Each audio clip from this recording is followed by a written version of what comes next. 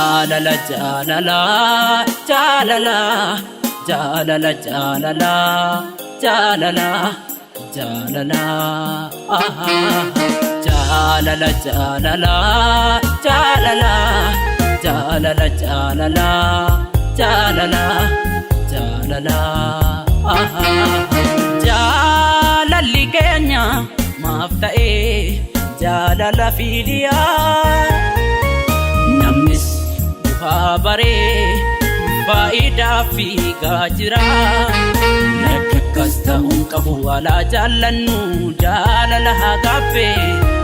tokko taanee tokkummaa naa ijaarru sadhiigamee garaa guutuu walaa jaallannu jaalala haa gaaffee tokko taanee tokkummaa naa ijaarru sadhiigamee.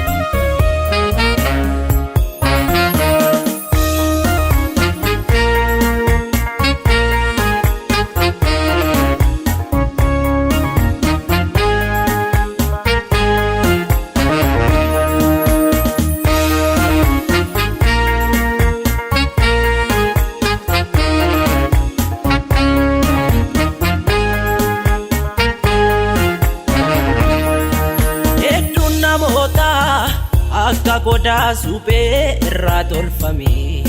duubaan immoo warqeen itti uffifameeti haalaan hin calaqqisa miidhagaa fakkaata namnis akkasuma ta'e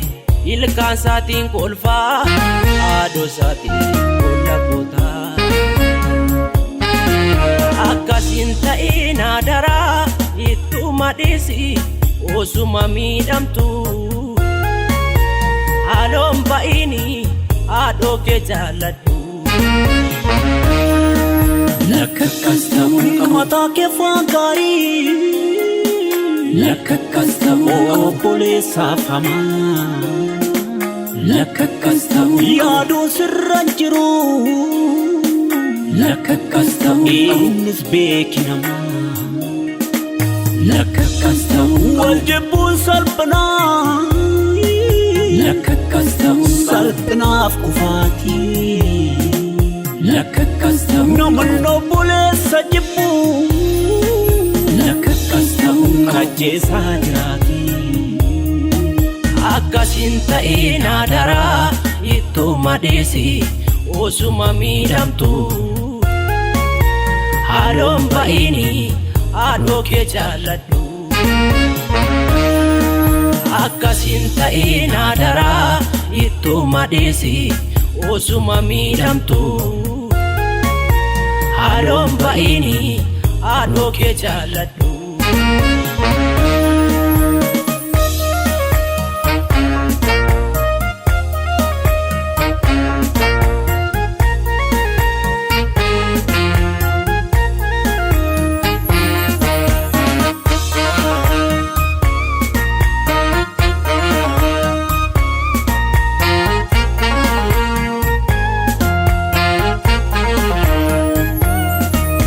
Dhaloota gidduudha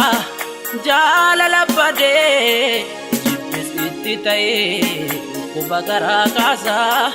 ittiin fufu taanaan hin ajjeesa badduu baasaa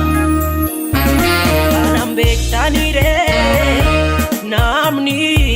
waanuma facaase hammataa eenyudha eenyutu daada facaasee taafii galfataa warri jibbaan guutaman achin siikanii jibba jilba cabsee hokkolchiisa karaan fayyitan kana jaalalaan guutamaa jibba dhiisa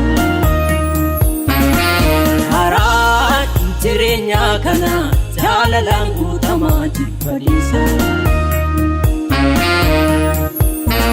adda addummaa qabnu